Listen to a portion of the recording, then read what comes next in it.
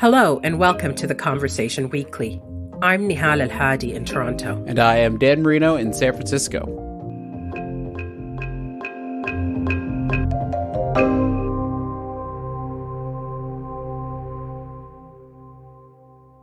No, I drive around, I walk around San Francisco, and I think about climate change a lot. And then I look outside and see 99% of cars burning on gasoline.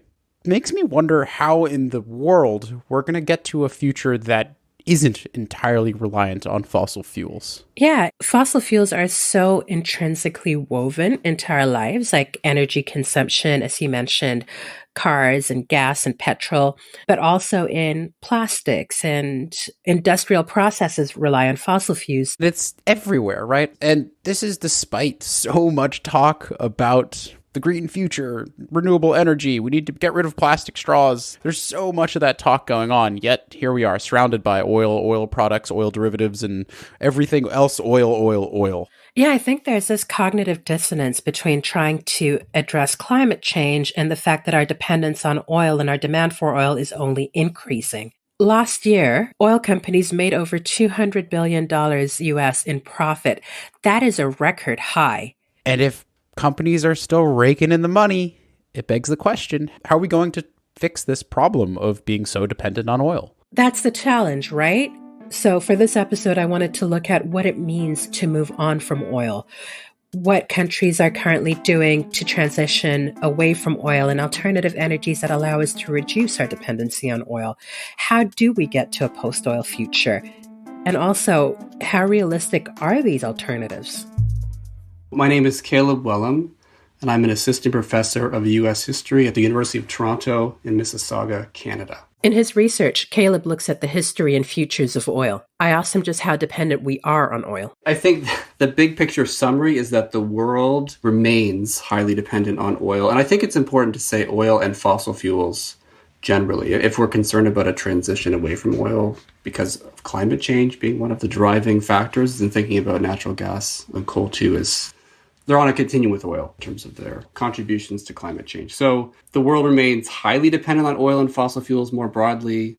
He says that this reliance is particularly high in richer developed and developing nations. If we look at the United States, to take one prominent example, in 2021, 79% of U.S. energy consumption came from fossil fuels. 36% of that is petroleum, 32% is natural gas, and 11% is coal. And that's for transportation, heating, and generating electricity. The same is true of Europe. 76% of Europe's energy mix is oil, gas, and coal. That varies by country, depending on the politics of the country, sometimes depending on the natural endowments of the country. So Iceland has a lot of hydropower, which may not be available in other European countries. And then there's been a lot of discussion about China and India, which have been leading the growth of energy consumption. And for both of those countries, oil and coal are major sources of energy. And that's not even to talk about other material dependencies. In 2017, about 13% of total petroleum products consumed were not for fuel or energy. Oil is used in products like different types of plastics, in fertilizers, for synthetic fabrics, synthetic rubbers, detergents, chemical products, paving, asphalt. It's used for roofing, in lubricants, as a chemical catalyst, in paints, polishes, waxes, and the list goes on. There's so many ways in which oil remains central. And this, I almost hesitate to say this because this kind of depiction of deep dependence on oil has actually been a strategy of oil companies themselves to say, look, you can't have a modern world, a modern way of life without oil. And so you need us. It's this distasteful way of framing your dependence as a justification for continued dependence. So this is not to say it's inescapable, but it's to say that the challenges are significant to transitioning to some kind of after oil state. How did we get here? That's a really good question. There's not a clear, simple story that I can tell you about. These are the three factors why we have so much dependence on these fossil fuels. A tendency is to assume that we develop this dependence on fossil fuels because they are inherently more convenient, because they're better than the forms of energy that went before. And so this is this kind of story about the history of energy as a foundation for different kinds of progress. And so we adopted coal, and then we adopted oil because these are just better and more efficient and more effective sources of energy that help us to do things. But Caleb says convenience is just part of the story. A Swedish historian named Andreas Malm, who's written a book called Fossil Capital about the history of coal, makes the argument that the shift to coal power from water power was not just about the fact that coal was a more productive form of energy. It was also about finding ways to lessen the dependence of production processes on labor that was becoming, at the time, in the early 19th century, in industrializing Britain, more radical, was disrupting processes. Coal, for a variety of reasons, for Malm, was a form of class power that, in shifting to it, was a way to disempower labor. And you could tell a similar story, again, it's not the whole story, but you could tell a similar story about the adoption of oil in the 20th century. The early 18th and 19th centuries were also when both Britain and the United States ended the slave trade and formally abolished slavery, which both countries had relied on to grow their economies. The world wars were important in accelerating a shift to oil, particularly in Europe and North America. Different policies, particularly after the war, also helped to embed and accelerate this oil dependence. So things like the GI Bill, which encouraged mass suburban homeownership. And technological developments helped propel this dependence too. It's like the combustion engine with our dependence on gasoline-powered cars. And then at a certain point, you get technological and political feedback loop, where when the car becomes a sort of dominant form of transportation for many people, then policies are created, decisions are made, infrastructures are built that further entrench that dependence. So we could think about the creation of highway infrastructure, suburbs, etc. So there's a lot of factors that go into why it is that we're dependent on oil, but they're not just about the convenience of the source of energy. It's about political decisions. It's about geopolitical relationships. It's about technology. I'm also thinking about the ways in which oil gets leveraged quite a bit politically. So I'm thinking about the tar sands in Alberta or oil and war in the United States, or even like Russia and the pipeline control. Like, why is it effective to do that? I think oil is effective for that. It has that kind of leverage now because it is so embedded in our social and economic systems. As much as we may want to transition away from oil, as much as many Canadians may be intellectually, emotionally, whatever, put off by the tar sands, disgusted by the tar sands, don't want to think about the tar sands, would rather they didn't exist. There's also a way in which for many people their dependence on oil overrides that. People's lives are so embedded that you can use oil because people need it to do things that perhaps they wouldn't support otherwise. We're going to talk a little bit more to Caleb about the way oil has been used for political ends, and specifically how, in the United States, the rhetoric around the scarcity of oil has stifled any consideration or exploration of post-oil futures. But first, I wanted to look elsewhere to other countries where oil isn't just a major source of energy, but looking at the countries where their revenues depend on oil. Are they thinking about a future after oil? And if so, how are they approaching it? My name is Natalie Koch, and I'm a professor of human geography at the Geography Institute at the University of Heidelberg in Germany. I am a political geographer, and within that focus on political geography, I've always studied authoritarian states that have a lot of oil and gas. As part of her research, Natalie looks at how and why authoritarian regimes rely so much on oil. Now I mostly work in the Arabian Peninsula countries, so Qatar, the United Arab Emirates, and Saudi Arabia, as well as Oman. But before that, I was working mostly in Central Asia, and there the countries that I was focusing on were Kazakhstan, Turkmenistan, Azerbaijan, all of which are Caspian littoral states, which means that that's where the oil and gas, which actually really fueled the Soviet Union and the Soviet Union's power, those countries inherited those fossil fuel reserves. So that's the place where I started. So you're talking about states whose economies, labor forces, revenues are very oil dependent. What are you finding in your research for these states are looking at a post-oil existence? Yeah, in both Central Asia and the Arabian Peninsula, the regimes that I've been doing my research on, they've been really tied to, the legitimacy has been tied to exploiting the fossil fuel reserves. But in that, they also understand that Fossil fuels are increasingly seen as backwards. They are advised by a lot of international consultants who are telling them if they want to be modern and plan for future economies, they need to think beyond oil and they need to think beyond gas. So in both the cases that I have worked with in Central Asia as well as the Arabian Peninsula, there has been a large effort, I would say in about the last 10 years, to focus on planning for post-oil futures. In Kazakhstan and the other Central Asian states, it's not making as much progress. It doesn't have so much of a cachet, but in the Gulf countries, the UAE, I would say, is the leader on this. Historically, oil has played a crucial role in supporting the region's authoritarian systems and the relatively high standards of living. But with growing pressure to transition to greener energy, countries in the Gulf are beginning to look beyond oil. The Emirati government has really put a lot of effort into high-profile sustainability projects, like major solar parks, such as, for example, the Al Maktoum solar park outside of Dubai, or the Noor Abu Dhabi solar park. And even for COP28, which will be hosted in the UAE this year, the Emirati government has announced that they're even opening a new solar power plant there. So there's, a focus on what I call in my research spectacular sustainability projects. And by that, you see the scale and the size is just enormous.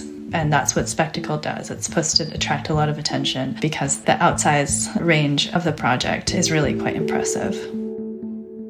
They've also understood that there's a lot of economic possibilities by investing in green technology.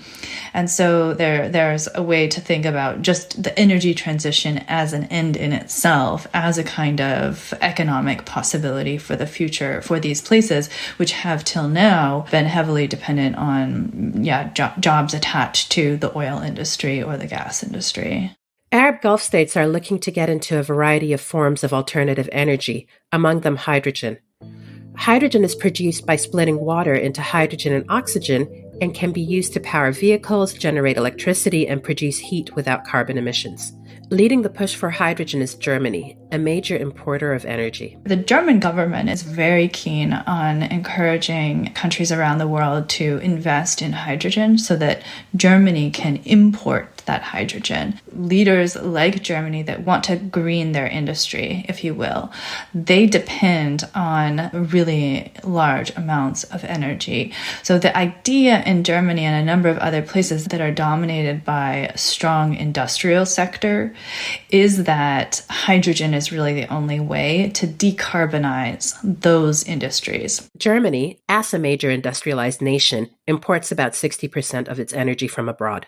To satisfy its demand and maintain industrial output in a post-oil future, it will need to make sure it receives cheap energy. So the German government and to an extent some other actors within Europe are trying to find partners in other parts of the world where they could develop hydrogen energy production for export to Germany. The challenge is, and the way to make this idea of greening industry possible and decarbonizing industry through hydrogen is that hydrogen needs to be quote unquote green hydrogen. That means that the hydrogen energy is produced with renewable energy. Currently, hydrogen production is still dependent on oil. Right now, a lot of the hydrogen that is produced in the world tends to be produced in, basically oil fields. So what the Gulf countries, in particular the UAE and Saudi Arabia, they have two oil companies, ADNOC in Abu Dhabi, the Abu Dhabi National Oil Company, and Saudi Aramco. They've gotten really interested in joining with this hydrogen promotion effort. They are able to use various sort of off-gassing techniques that are able to capture some of that energy that would maybe otherwise just be lost. Because they can do that, they can pair that with their existing infrastructure for natural gas and oil production, and then eventually somehow tap that into their green renewable energy production and then call it green hydrogen. That's the hope. What kind of a timescale are we looking at for this transition? That's a hard question. I mean, I think the real question to me is what does transition mean? So the Gulf regimes in particular have a very specific vision for what that actually means. For them, it does not mean ending the extraction of oil and gas. It means pumping till the last drop, as the Saudi energy minister pointed out about a year and a half ago in his famous quip about that the Saudis were going to drill till the last molecule. Across the region, I would say that this is absolutely the attitude. So until the oil runs out, they will keep pumping. But in the meantime, they are starting to invest in other kinds of projects, both domestically, like I said, with the solar parks in the UAE and in other parts of the Gulf. But I don't think that's ever going to substantially transform the oil dependency within the next 20 years. That seems even to me to be quite far out. I really do think that still in 20 years, you're going to have pretty strong reliance on oil and gas production in the Gulf countries. And in Central Asia and Russia, for example, even longer than that, there's much less progress even there. And she says that the way hydrogen is currently being produced isn't as green as it's often made out to be. The biggest challenge right now is that a lot of the discussion about getting to green hydrogen, it's purely speculation. There aren't really any good examples of places where you are using renewable energy to produce hydrogen. To produce hydrogen, it takes a lot of energy. So if you want to look at the current state of affairs, 97% of hydrogen today is produced with natural gas. As it turns out, it's actually more efficient to just burn the natural gas. There was a really big paper that came out in 2021 where these researchers showed that the production of certain kinds of hydrogen was it was completely the wrong step in terms of offsetting your carbon footprint. So producing hydrogen in certain cases, they could increase the carbon footprint of the producer as compared to just burning fossil fuels. So the carbon footprint of hydrogen at the moment, if you're not using renewables, that's a massive problem. The possibility of eventually producing that hydrogen energy with renewables is what is appealing, because the goal is to get to a point where you can decarbonize some of those really energy intensive industries. Beyond that, to my mind, is the water question, which often gets forgotten. You need water to produce hydrogen. But it's not just the hydrogen that requires water. In a lot of these alternative energy infrastructures, especially solar, you need a huge amount of water in various steps of the solar power production life cycle, including washing the solar panels.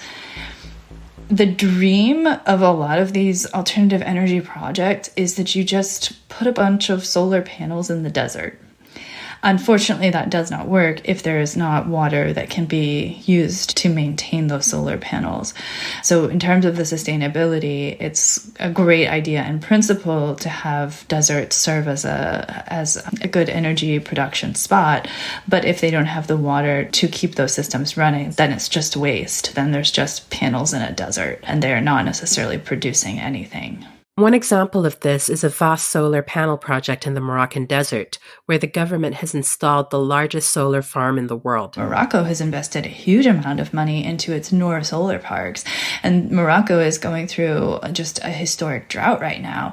The solar infrastructure at this point can't run properly because there is reservoirs where the Noor solar park is located. They're running too low. So they aren't able to keep the panels up. They're not able to keep the systems running. And meanwhile, of course, the farmers downriver are not getting their water. Oh, wow. It's always incredible doing these conversations and learning how things are not as straightforward as they seem. Yeah, I always have a hard time understanding how it is that the water question gets left out of a number of the conversations about alternative energy, but I also am from the desert. Like, I grew up in Arizona, and I've worked in the deserts of Central Asia. I've worked in the deserts of the Arabian Peninsula. So to me, it just feels normal to think through the lens of, is there water available to do some of these things? But for many people where water isn't necessarily, and it doesn't feel like a pressing question, it can be easily forgotten.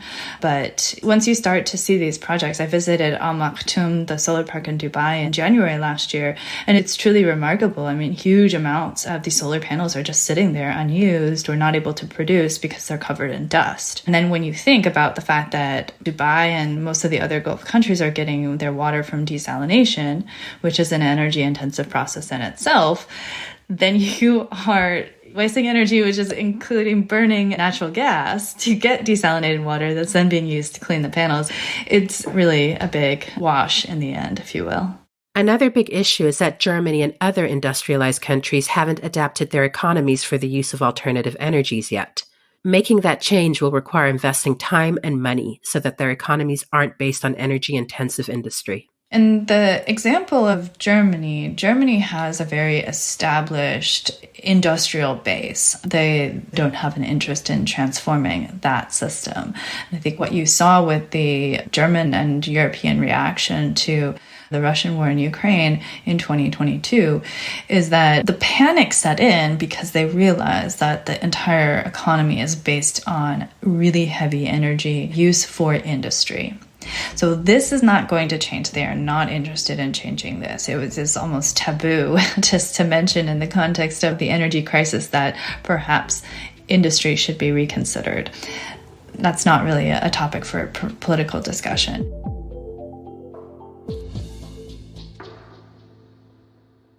So Nahal, it almost strikes me as a bit of a math problem, an equation of sorts, right? We've got dependency, we've got oil, and we've got time, and you mix those all together, and it seems like we're going to come out on the wrong side of this equation.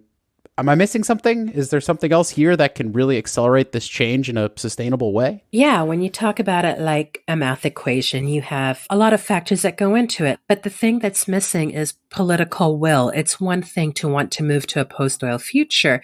It's another to have people making political decisions about how to do that. And that's what Caleb says. He's about to publish a book on the 1970s global oil crisis, where he points out that at that moment in time, there was an opportunity where things could have gone a bit different. So in your own work, you look at the crash of the 1970s. Can you talk a little bit about that? In 2008, there was this spike in prices, which was taken to be a sign that oil scarcity was driving prices. And so I heard about this 1970s energy crisis. People started talking about it a little bit. The 1970s energy crisis was a period of political and social anxiety about oil supplies and energy supplies in the United States and the future of American energy supplies that was brought on by the 1973-1974 oil embargo against the United States. So during the Yom Kippur War between Israel and a coalition of Arab states, the United States sent supplies in support of Israel. And in order to punish or strike back against the United States for supporting Israel, the Arab states of OPEC, the Organization of Petroleum Exporting Countries, embargoed oil shipments to the United States and eventually also raised their prices for oil. The crisis led to stagnant economic growth and oil shortages as oil prices nearly quadrupled from $2.90 a barrel before the embargo to $11.65 a barrel in 1974. There's arguments about whether there were real shortages or whether they were just brought on by bad policies and panic buying, but there was the feeling of shortage in the United States. There's the famous pictures of people lining up for gasoline at American petrol stations. This was in this inflationary period, and so there's all this concern about what's going to happen. In March 1974, the embargo was officially lifted by Arab oil-producing states. But then 5 years later, during the Iranian Revolution in 1979, President Mohammad Mossadegh nationalized its oil industry, which led to another global surge of oil prices. Again, in 1979, the United States lost access to Iranian oil imports. And again, you had panic buying, you had lineups at service stations, and you had the price increasing rapidly. Part of the context for this was that the United States had reached, at the time, its peak of oil production in the early 1970s. So they were increasingly reliant on imports from, in particular, Middle Eastern countries that were part of OPEC. And so there's lots of discussion and forecasting about American energy supplies. And then when this embargo happens, at the same time as environmentalism is becoming a popular concern and people are talking about the limits to growth, there was this perfect storm of ideas and political anxieties and environmental concerns that led to this notion that the United States was in an energy crisis. So my concern was less about what really caused the energy crisis and more about how did people interpret the energy crisis. Caleb found that two strands of opinion led the political debate on how to address the oil crisis. I noticed there was what I call an environmental argument, that this was signaled a need to transition away from oil. And there was also a free market argument that argued the energy crisis was a sign of bad government policy, of governments intervening in markets and making them inefficient. And then if we just deregulated energy markets, if we opened up more land for oil exploration and development, then we would have more energy. Eventually, this market argument won out in the end, and there was no energy transition, in part because of the victory of that market argument. There were other factors involved in making that market argument seem persuasive. There were new discoveries of oil and gas reserves and the bringing online of those reserves, for example, in the North Sea.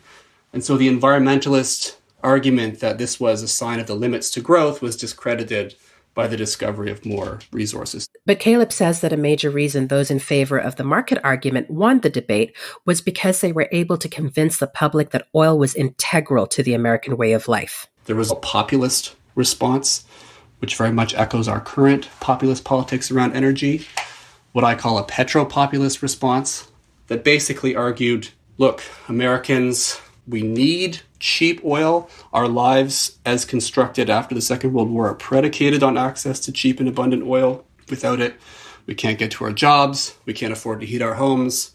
And so it's the job of the government to provide the inexpensive and abundant oil that our lives have been built around and that we need for those lives to continue, for that notion of the American dream to be a possibility for ourselves and our children in the future. And this kind of populism targeted that idea of big government and big oil as being the enemy of the common person and really framed access to oil as a positive good for the common person that governments were responsible to provide. This was very much the position that the Ronald Reagan administration took and that Reagan himself took when he was running for president, that through the liberation of markets from government regulation, more energies, more oil would be released. There was another reason why the political will to transition from oil never materialized. There were achievements in energy efficiency that sort of slowed down the growth of energy consumption in the United States, certainly in the 1970s, but the technologies that were available just weren't capable of that kind of a transition, if we want to call it that. And it's also important to remember the political influence and the cultural influence of the oil companies themselves and the oil industry in the 1970s, carrying on to the present, who also argued that there was an energy crisis, but they used that as a pretext for saying the energy crisis is a crisis of over-government or too much government regulation. And if you'll just liberate us, we can provide the energies that the American people need. He says if we can learn something from the 70s oil crisis, it's that other than technological advancements, the transition to a post-oil future faces two major challenges. First, those arguing for an energy transition need to convince others how the transition can be positive and benefit everyone. The vision of a post-oil future needs to be something that people want to see themselves in some way. And this is really challenging because, as I've said, oil consumption has shaped in profound ways our cultural values and expectations. It's important to understand as well the depth of the attachment and dependence that many people have on oil-based technologies and products. And so this can't just be an energy transition can't just be a kind of technocratic exercise in which a group of elites impose some kind of transition from above. It needs to be, as much as possible, a transition from below. Otherwise, you'll have, I think, that kind of populist resistance to the idea of energy transition. In the 1970s, the energy transition side tended too much towards a political rhetoric and politics of austerity that was unappealing and unworkable for many. And so I think we really need to think about how we frame what an energy transition will mean for people and try to make that as inclusive as possible and as appealing as possible as well. And have as many people as possible be part of the building of that vision of what the future could look like. The second challenge is to be aware how invested some companies and people are in keeping the oil sector going. Oil companies and interests are very powerful, and so we always have to contend with those interests. They are always there, shaping political decisions, shaping the public discourse around oil. Oil is still very profitable to be in, and even though there's this growing political will to shift away from oil, energy consumption, which is still significantly oil-based, is a key factor in GDP growth in different countries. Oil has these powerful associations with liberty, freedom, mobility, convenience, with how we live life itself. And so if we can disenchant or disconnect oil, and there have been efforts in this direction to make oil a distasteful substance rather than something that makes different forms of life possible. If we can break those connections between these things that we value in oil and attach them to other forms of energy, to other ways of organizing our lives, I think that would also be really important. I'm part of an ongoing project called After Oil, which is a series of workshops that brings together artists and humanities scholars and researchers to think about this question of how we achieve after oil. And in the first book, which is just called After Oil, concludes with the insight that the phrase after oil can sound like a threat or like a description of an apocalyptic reality just because oil seems so essential to the reproduction of social life. But we're trying to think about ways of making after oil a future that everyone would like to be a part of as a positive possibility for a better way of life. The capacities oil has given many people has really deeply shaped our expectations about where we can live, how far and how fast we can travel and should be able to travel. It shapes our work life. It shapes our ideas of freedom and liberty in the individuals. I asked Caleb, given just how deeply entrenched oil has become in our economies and societies, how do we extricate ourselves? So that's an enormous problem that no one person can necessarily solve. I think a lot of what's happening now, in some ways, rightly, is focused on technological innovations to get us away from oil. The Biden administration just passed the Inflation Reduction Act in the United States, which provides all kinds of incentives to develop green energy technologies. There's a coalition of countries led initially by Denmark and Costa Rica, but other countries and some US states have joined the coalition in order to try to stop oil on the supply side by refusing new leases to oil companies and making a decision as states that they're not going to allow oil production to happen within their borders anymore. It's nice to hear that Caleb has a little bit of a positive outlook when it comes to these national and international scale agreements and efforts to move past oil. But he makes a good point. Energy and oil are tied to power and have been for a long time. That's so true. Think about the ways in which we associate oil with conflict. How many wars have been fought under the pretext of oil? Yeah, totally. Oil and war are so tied together. Is that going to get better if we move past oil? Could you imagine? Oil is involved with conflict, with authoritarian rule, with political systems that rely on it as a way to wield power. So what does it mean for our political systems if we move to a world beyond oil? I was curious about that, so I asked Natalie. I've really been in my academic studies quite surprised at this automatic assumption that a green energy transition is necessarily going to be a more democratic energy future. I really don't think that's the case. I think that's a very naive perspective on the way that authoritarian systems reproduce themselves, and people in control of authoritarian states are very good at finding ways to ensure that they retain their legitimacy, that they retain their political and economic base. So what you see, I think, in the case of these hydrogen investments and other large-scale investments in the Gulf countries in sustainability is that the governments want to retain control over these large utility-scale initiatives. They're targeting utility-scale massive parks that the state or the state-owned utilities or the state-owned energy companies own and control. So in this, the governments and the powers that be are essentially just trying to find a way to make sure that they also control that energy future, even if it's green. They will find ways to reproduce that power. So yes, it's possible that we could imagine futures with alternative energy that are more democratic, but it's not just a passive byproduct of the transition. That has to be actively worked for and sought. So the states that are producing these spectacular projects aren't also engaging in the democratic potential of these projects? In general, no. What I see from the Gulf countries that are truly investing in these kinds of projects, they are, in terms of their domestic alternative energy, it's the state and the state-owned companies that are controlling those. They want to keep those centralized, essentially. And by centralizing it, you retain the economic and the political benefits of that. I think the energy transition is going to be, as many people say, it's going to be something that is not just a replacement of oil and gas, but it's going to be an addition of new technologies, of new sources of energy on top of what we already have. As I said, I really don't see any possibility that the Gulf suppliers are going to stop or radically alter that pattern. The most important thing to me as a scholar of authoritarianism is not to assume that a non-fossil fuel future is necessarily more democratic. That like any political system has its rules and it has its way of reproducing itself.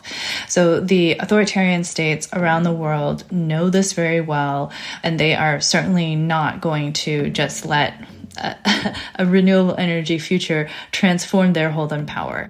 So I think it's really important for people not to naively accept that idea that all of a sudden changing our energy system will change our political system, that we actually have to really actively work toward a more democratic and socially just energy future. And that involves thinking about how the ownership structure and the political economy surrounding renewable energy is working, because without doing that, then we could very quickly get steamrolled by people who have an interest in retaining an authoritarian hold on power.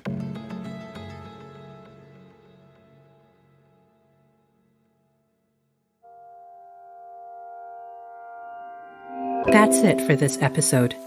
Thank you to the academics we featured this week, Natalie Koch and Caleb Wellum. And thanks to Asma Mihan, Fergus Green, Christian Coates Ulrichsen, Martin Witt, and Nabil Sultan, who we also spoke to for this episode. You can find us on Twitter at TC_audio, on Instagram at theconversation.com, or email us, podcast@theconversation.com. And if you like what we do, support the podcast and the conversation more broadly, just go to donate.theconversation.com. This episode of The Conversation Weekly was produced and written by Mend Mariwany. Sound design was by Eloise Stevens, and our theme music is by Neeta Sarl. Stephen Kahn is our global executive editor. Alice Mason runs our social media, and Soraya Nandi does our transcripts. Mend Mariwany is also the show's executive producer. I'm Nihal El-Hadi. And I am Dan Marino. Thank you so much for listening.